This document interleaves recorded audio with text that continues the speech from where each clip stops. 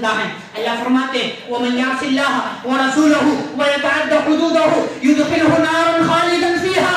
جو اللہ کی نافرمانی کرے، رسول کی نافرمانی کرے، لمٹ کو کراس کر جائے، حد کو پار کر جائے، اللہ کہتے ہیں ایسے لوگوں کو ہم ہمیشہ ہمیش کے لیے جہنم میں ڈال دیں گے.